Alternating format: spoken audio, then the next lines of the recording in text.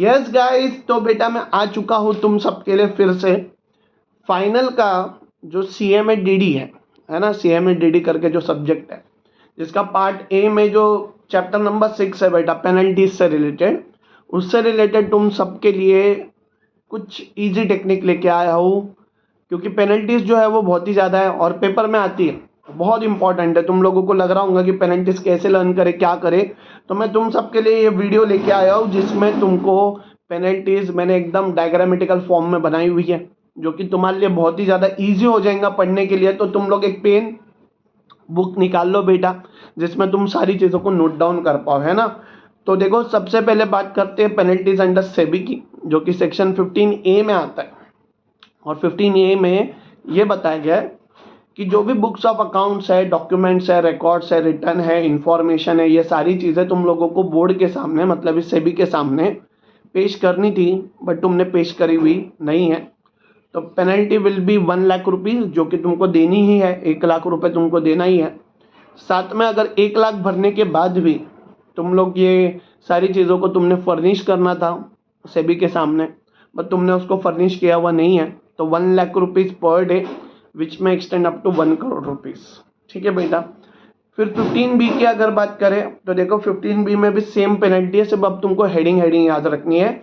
जैसे कोई register intermediary है, ठीक है, जिसको एग्रीमेंट में एंटर होना था बट उसने एग्रीमेंट में एंटर किया हुआ नहीं है, तो पेनल्टी सेम है 15B में। ठीक है। 15C की अगर बात करूं, अगर कोई भी लिस्टेड कंपनी ने या फिर इंटरमीडियरी ने रिड्रेसल ऑफ ग्रेवेंस करना था, मतलब केस फाइल हुई है इनके पास और इन्होंने क्या करना था, उसको सॉल्व करके देना था, बट इन्होंने सॉल्व करके दिया हुआ नहीं है, तो वो केस में भी बेटा सेम पेनल्टी है, कोई भी चेंजेस नहीं है। ठीक है कि नहीं बेटा। साथ में अगर 15D की बात करूं तो 15D डील करता है म्यूचुअल फंड के साथ, और म्यूचुअल फंड के साथ अगर बात करूं तो 6 चीज़ें आती है जो कि तुमको याद रखना है। सबसे पहला, म्यूचुअल फंड तुमने चालू कर दिया है बट तुम्हारे पास सर्टिफिकेट अवेलेबल नहीं है, या टर्म्स एंड कंडीशन जो म्यूचुअल फंड से रिलेटेड होती है वो तुमने फॉलो करनी थी बट तुमने फॉलो किया हुआ नहीं है, या फिर तुम लोगों ने एप्लीकेशन करना था बट तुमने खुद को लिस्ट करवाने के लिए एप्लीकेशन किया हुआ नहीं है, या फिर जो बंदों ने तुमसे म्यूचुअल फंड के यूनिट खरीदे उनको सर्टिफिकेट, तुमने उनको सर्टिफिकेट दिया हुआ नहीं है, या फिर म्यूचुअल फंड में किसी को रिफंड चाहिए था एप्लीकेशन का बट तुमने वो दिया हुआ नहीं है, या फिर तुम लोगों ने अलग अलग जगहों पे ये म्यूचुअल फंड के पैसे लगाने थे बट तुमने उसको इन्वेस्ट किया हुआ नहीं है। अगर ये 6 में से कोई भी कांड हो जाए तो सेम पेनल्टी है बेटा, फिर से 1 लाख रुपए पर डे मिनिमम, और मैक्सिमम कितना हो जाएगा, 1 करोड़ रुपए। ठीक है। 15EAB में भी सेम है। 15E डील करता है असेट मैनेजमेंट कंपनी, जिनको रिस्ट्रिक्शन डालने थे बट उन्होंने अपनी एक्टिविटीज़ के ऊपर रिस्ट्रिक्शन डाले हुए नहीं है। या फिर 15EAB की बात करूँ, ईप की बात करूँ तो इन्वेस्टर एडवाइजर या रिसर्च एनालिटिकल जो है, इन्होंने कंप्लाई करने थे सारे के सारे रेगुलेशन, बट इन्होंने रेगुलेशन को कंप्लाई किया हुआ नहीं है। ठीक है बेटा। 15F की बात करूँ तो स्टॉक ब्रोकर से रिलेटेड है। स्टॉक ब्रोकर अगर कॉन्ट्रैक्ट नोट इशू करना फेल हो जाता है, या फिर सिक्योरिटी को डिलीवर करने से फेल हो जाता है, या फिर एक्स्ट्रा ब्रोकरेज चार्ज कर रहा है, तो सेम पेनल्टीज में कोई भी चेंजेस नहीं, सिर्फ तुमको हेडिंग जो है वो प्रॉपरली याद रख के जाना पड़ेगा। 15G की बात करूँ तो ये डील करता है इनसाइडर ट्रेडिंग के साथ। ठीक है कि नहीं। तो इनसाइडर ट्रेडिंग में देखो 3 टाइप के डिवाइडेशन है। पहला, अनपब्लिश प्राइस सेंसिटिव इंफॉर्मेशन के साथ में तुम लोगों ने सिक्योरिटीज में डील कर दिया। ठीक है। दूसरा, किसी के साथ कम्युनिकेट कर दिया ये वाले इंफॉर्मेशन के साथ, मतलब ही कौन से वाले, अनपब्लिश सेंसिटिव इंफॉर्मेशन के साथ, या फिर किसी को तुम लोग कंसील कर रहे हो बेटा, छुपाना है ना, कि हमारे साथ तुम लोग क्या कर लो, सिक्योरिटीज में डील कर दो, तो वो केस में penalty is not less than 10 lakhs, maximum it may go up to 25 crore और 3 times whichever is higher. ठीक है बेटा। ये हो गया तुम्हारा 15G। फिर आते हैं 15H पे, जहाँ पे तुम लोगों ने डिस्क्लोजर करना था कि तुम लोगों ने एक्विजिशन ऑफ शेयर्स किया या फिर तुमने क्या किया हुआ, टेक ओवर, बट तुमने डिस्क्लोजर किया हुआ नहीं है कि कितना तुम लोगों ने एग्रीगेट में शेयर होल्डिंग किया है। पब्लिक अनाउंसमेंट करना था बट तुमने किया हुआ नहीं है। पब्लिक को ऑफर करना था बट तुमने किया हुआ नहीं है, या फिर कंसिडरेशन देना था शेयर होल्डर को बट तुमने दिया हुआ नहीं है। तो minimum 10 lakhs penalty, maximum 25 crore और 3 times of the profit whichever is higher. ठीक है बेटा। फिर आते हैं 15HA पे, अगर तुम लोग अनफेयर ट्रेड प्रैक्टिस कर रहे हो तो 5 लाख रुपए मिनिमम, मैक्सिमम 25 करोड़ रुपए या फिर 3 times।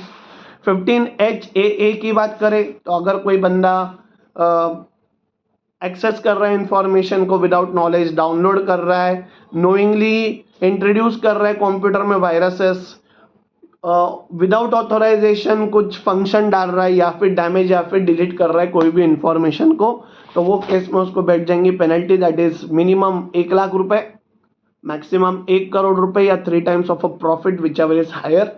और 15HB की बात करें तो अगर कहीं पे भी ऐसा है कि पेनल्टी देनी थी कोई प्रोविजन के लिए बट पेनल्टी अवेलेबल नहीं है, तो वो केस में 1 लाख रुपए से 1 करोड़ रुपए तक का जुर्माना तुमको लग सकता है। ये हो गई बेटा सेबी की सारी प्रोविजन, मतलब सारे सेक्शंस जो थे सेबी के वो यहाँ पे मैंने कवर करवा दिए। साथ में अब अगर बात करूँ बेटा सेक्रा एक्ट की, कौन सा एक्ट की बात करूँ बेटा, सेक्रा एक्ट की, तो सेक्रा एक्ट का जो 1956 है उसके हिसाब से देखो, अगर कोई बंदा सेक्शन नंबर 23 में गिल्टी पाया जाता है, मतलब ही सेक्शन 6 सब सेक्शन 4 को उसने फॉलो करना था, या फिर कॉन्ट्रैक्ट करना था सेक्शन 13 या फिर 16 का, या फिर 17A 19 को उसने फॉलो करना था बट उसने फॉलो किया हुआ नहीं है, और 2-4 चीज़ें दी हुई है, तो वो केस में he will be punishable with imprisonment which में एक्सटेंड अप टू 10 years, या फिर फाइन लग सकता है 25 करोड़ तक का, या फिर बोथ। अगर तुमने कॉन्ट्रावेंशन किया सेक्शन 15, 21, 21A और 22 का, तो इम्प्रिजनमेंट इज 10 years तक के, या फिर फाइन विच में extend up to 25 crore. 23A की बात करूँ तो अगर तुम लोगों ने books of account, information, document, return और रिपोर्ट को मेंटेन करना था बट तुमने उसको मेंटेन किया हुआ नहीं है, तो फाइन विच में extend up to 1 lakh rupees and 1 lakh rupees for each day, जैसे पीछे था 1 लाख रुपए तो तुमको भरने ही है, और उसके बाद भी अगर डिफॉल्ट कंटिन्यू रहा तो 1 लाख रुपए हर दिन के लिए विच में extend up to 1 crore rupees. ठीक है बेटा। साथ में 23B की बात करूँ, CDH की बात करूँ, सबके लिए सेम पेनल्टी दिया हुआ है, कुछ भी अलग दिया हुआ नहीं है। और 23B इस जहाँ पे तुम लोगों ने क्लाइंट के साथ एग्रीमेंट करना था बट तुमने क्लाइंट के साथ में एग्रीमेंट किया हुआ नहीं है। 23C रिड्रेस इन्वेस्टर ग्रेवेनेंस करना था बट तुमने किया हुआ नहीं है, या फिर सेग्रेट करना था तुम लोगों ने सिक्योरिटीज़ को बट तुमने किया हुआ नहीं है, या फिर सेपरेट पेनल्टी जहाँ पे भी दी हुई नहीं है वहाँ पे तुम लोगों ने इसको फॉलो करना था बट किया हुआ नहीं है, तो वो केस में same penalty will be applicable. ठीक है बेटा, जो अपन ने पीछे पढ़ी। 23EFG की अगर बात करूँ तो वो केस में तुम लोगों ने लिस्टिंग के कंडीशन को फॉलो करना था बट किया हुआ नहीं है, डीमेटेरियलाइजेशन किया है बट वो एक्सेस में किया हुआ है, या फिर रिकॉग्नाइज स्टॉक एक्सचेंज के साथ में तुम लोगों ने रिटर्न प्रोवाइड करने थे बट तुमने रिटर्न दिए हुए नहीं है, या फिर इनकरेक्ट दिए, तो minimum 5 lakh, maximum up to 25 crore. और लास्ट में अगर बात करूं बेटा 23M की, तो वो केस में अगर तुम लोगों ने कॉन्ट्रावेंशन किया कोई भी एक्ट का, रूल का, रेगुलेशन का, या फिर बाय लॉज का, या फिर तुमने एडजुडिकेटिंग अथॉरिटी के ऑर्डर्स को या सेबी के ऑर्डर को फॉलो करना था बट तुमने किया हुआ नहीं है, तो penalty will be imprisonment extending up to 10 years और फाइन विच में एक्सटेंड अप टू 25 करोड़ या फिर बोथ। आई होप सो सबको सारी सेबी की पेनल्टीज क्लियर है बेटा, है कि नहीं? आई होप सो तुम लोगों ने पढ़ा भी होगा। अब देखो फीमा की बात बची, कंपनीज एक्ट की बात बची, तो जैसे जैसे मैं आज शाम तक ही ये वीडियो भी बना के पोस्ट कर दूंगा और तुम लोग सारी चीज़ें मेरे साथ में लिख लेना। Thank you so much for watching. ऐसे ही आते रहूँगा, तुम सबका साथ देते रहूँगा, साथ कभी छोड़ूंगा नहीं बेटा। Thank you so much. Like कर लो, सब्सक्राइब कर लो, आगे बढ़ते रहेंगे, ऐसे ही बढ़ेंगे, बहुत आगे जाएंगे। Thank you so much.